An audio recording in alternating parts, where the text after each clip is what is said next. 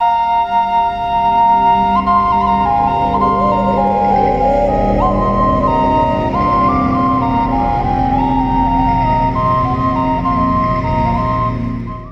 की कहानी प्रेम, त्याग और अपार ज्ञान का स्रोत है। श्री कृष्ण को हिंदू धर्म के देवता भगवान विष्णु का 8वां अवतार माना जाता है।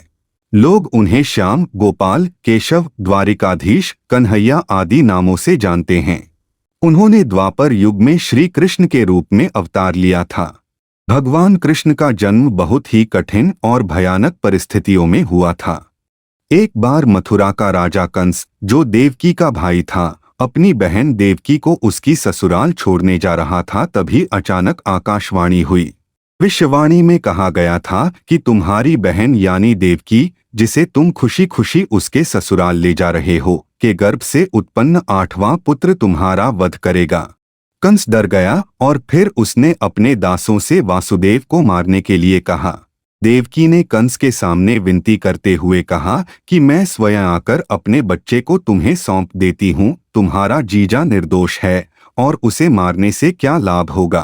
उसने देवकी की बात मान ली और वासुदेव और देवकी को मथुरा के कारागार में डालने का निर्णय लिया। कुछ ही समय बाद जेल में देवकी और वासुदेव को एक बच्चा हुआ। जैसे ही कंस को इस बात का पता चला तो उसने कारागार में आकर उस बालक को मार डाला। इसी प्रकार कंस ने एक एक करके देवकी और वासुदेव के 7 पुत्रों को मार डाला। जब 8वें बच्चे की बारी आई तो जेल में पहरा दोगुना कर दिया गया।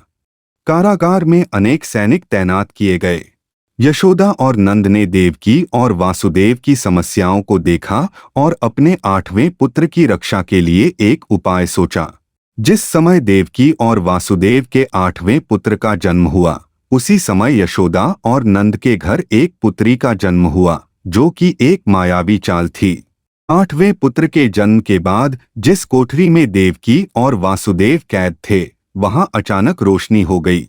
भगवान विष्णु उनके सामने प्रकट हुए। देवकी और वासुदेव उनके चरणों में गिर पड़े। अब भगवान ने कहा, मैं पुनः बालक का रूप धारण करूंगा। तुम मुझे लेकर अपनी सहेली नंदा के पास जाओ और उनसे उत्पन्न पुत्री को लाकर मुझे उन्हें सौंप दो। जानता हूँ इस समय यहाँ का मौसम ठीक नहीं है, फिर भी आप चिंता न करें। जब तुम चले जाओगे तो जेल के सभी पहरेदार सो जाएंगे। कारागार का द्वार स्वयं खुल जाएगा। जल से जलती हुई यमुना रास्ता देगी। आप तुम्हें और बच्चे को भारी बारिश से बचाएगा। वासुदेव जी श्री कृष्ण को टोकरी में रखकर चल दिए। उफनती यमुना को पार करते हुए वृंदावन में नंद के घर पहुंचे। बालक को यशोदा के पास सुलाकर वह उसकी पुत्री के साथ कारागार में वापस आ गए। वापस पहुंचने पर द्वार अपने आप बंद हो गया। जैसे ही कंस को खबर मिली कि देवकी ने बच्चे को जन्म दिया है, वह तुरंत कारागार में आ गया। और जब कंस ने उसे छीनकर पटकना चाहा तो वह कन्या तुरंत हवा में उड़ गई और बोली, हे दुष्ट प्राणी, मुझे मारकर तुम्हें क्या मिलेगा। तुम्हारा हत्यारा तो वृंदावन पहुंच गया है। जिसके बाद वह हवा में गायब हो गई। कंस भयभीत हो गया क्योंकि 8वें का जन्म हो गया और वह उसके चंगुल से बच गया। कंस परेशान हो गया और श्री कृष्ण को मारने के लिए उतावला हो गया। तो उसने श्री कृष्ण को मारने के लिए पूतना नामक राक्षसी को भेजा। पूतना ने एक सुंदर स्त्री का रूप धारण किया और श्री कृष्ण को अपने विषैले स्तन से दूध पिलाने के लिए वृंदावन चली गई। दूध पीते समय श्री कृष्ण ने पूतना का स्तन काट दिया। काटने के समय पूतना अपने असली रूप में आ गई और मर गई। जब कंस को इसकी सूचना मिली तो वह उदास और चिंतित हो गया। इसके तुरंत बाद उसने श्री कृष्ण को मारने के लिए एक और राक्षस को भेजा, जिसने एक राक्षस बगुला का रूप ले लिया और तुरंत श्री कृष्ण को मारने के लिए झपटा, लेकिन कृष्ण ने उसे पकड़ लिया और दूर फेंक दिया। इसके बाद वह राक्षस सीधे नरक में जा गिरा। भी से उस राक्षस का नाम वकासुर पड़ गया। कंस ने कालिया नाग को भेजा और फिर श्री कृष्ण ने उससे युद्ध किया और बाद में कालिया नाग के सिर पर बांसुरी बजाते हुए नृत्य करने लगे। इसके बाद कालिया नाग चला गया। इसी प्रकार श्री कृष्ण ने कंस के अनेक राक्षसों का वध किया। जब कंस को लगा कि राक्षसों की सहायता से ऐसा नहीं हो सकता, तब कंस स्वयं श्री कृष्ण को मारने के लिए निकल पड़ा। दोनों के बीच युद्ध हुआ और अंत में श्री कृष्ण ने कंस का वध कर दिया। श्री कृष्ण गोकुल में बांसुरी बजाते हुए गोपियों के साथ रास लीला करते थे। उनकी बांसुरी की धुन सुनकर सभी गोकुलवासी, पशु पक्षी आदि बहुत प्रसन्न होते थे और उनकी बांसुरी उन्हें बहुत प्रिय लगती थी। गोकुल में श्री कृष्ण को राधा से प्रेम था। श्री कृष्ण का अज्ञान समाप्त हो रहा था और अब राज्य भी भय में था। इसीलिए श्री कृष्ण और बलराम को शिक्षा के लिए उज्जैन भेजा गया था। उज्जैन में दोनों भाई सांदीपनी ऋषि के आश्रम में शिक्षा दीक्षा प्राप्त करने लगे। उसी आश्रम में श्री कृष्ण की मित्रता सुदामा से हुई। उनकी आपस में गहरी दोस्ती थी। उनकी दोस्ती के चर्चे दूर दूर तक थे। शिक्षा दीक्षा के साथ साथ वे अस्त्र शस्त्र चलाने का ज्ञान प्राप्त करके वापस आए और फिर वे द्वारिकापुरी के राजा बने। मध्य प्रदेश के धार जिले में अमझेरा नामक एक नगर था। उस समय वहां राजा भीष्मक का राज्य था। उनके 5 बेटे और एक बेहद खूबसूरत बेटी थी।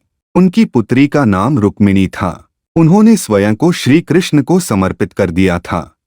लेकिन जब उसे उसके सखियों से पता चला कि उसकी शादी किसी और से तय हो गई है, तब उसने एक बूढ़े ब्राह्मण के माध्यम से श्री कृष्ण को संदेश भेजा।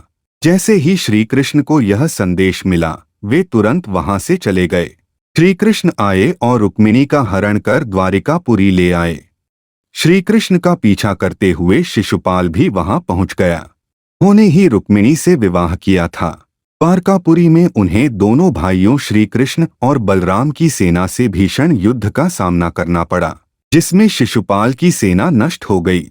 श्री कृष्ण और रुक्मिणी का विवाह बहुत धूमधाम और विधि विधान से हुआ। महाभारत युद्ध के लगभग 35 वर्षों के बाद भी द्वारका बहुत शांत और खुश थी। धीरे धीरे श्री कृष्ण के पुत्र बहुत शक्तिशाली और इस तरह पूर्ण हो गए। यदुवंश बहुत शक्तिशाली हो गया था। कहा जाता है कि एक बार श्री कृष्ण के पुत्र सांब ने चंचलता के वश में होकर दुर्वासा ऋषि का अपमान कर दिया था। इसके बाद दुर्वासा ऋषि ने क्रोध में आकर सांब को यदुवंश के विनाश का श्राप दे दिया। शक्तिशाली होने के कारण अब द्वारका में पाप और अपराध बहुत बढ़ गए। अपनी सुखी द्वारका में ऐसा माहौल देखकर श्री कृष्ण बहुत दुखी हुए।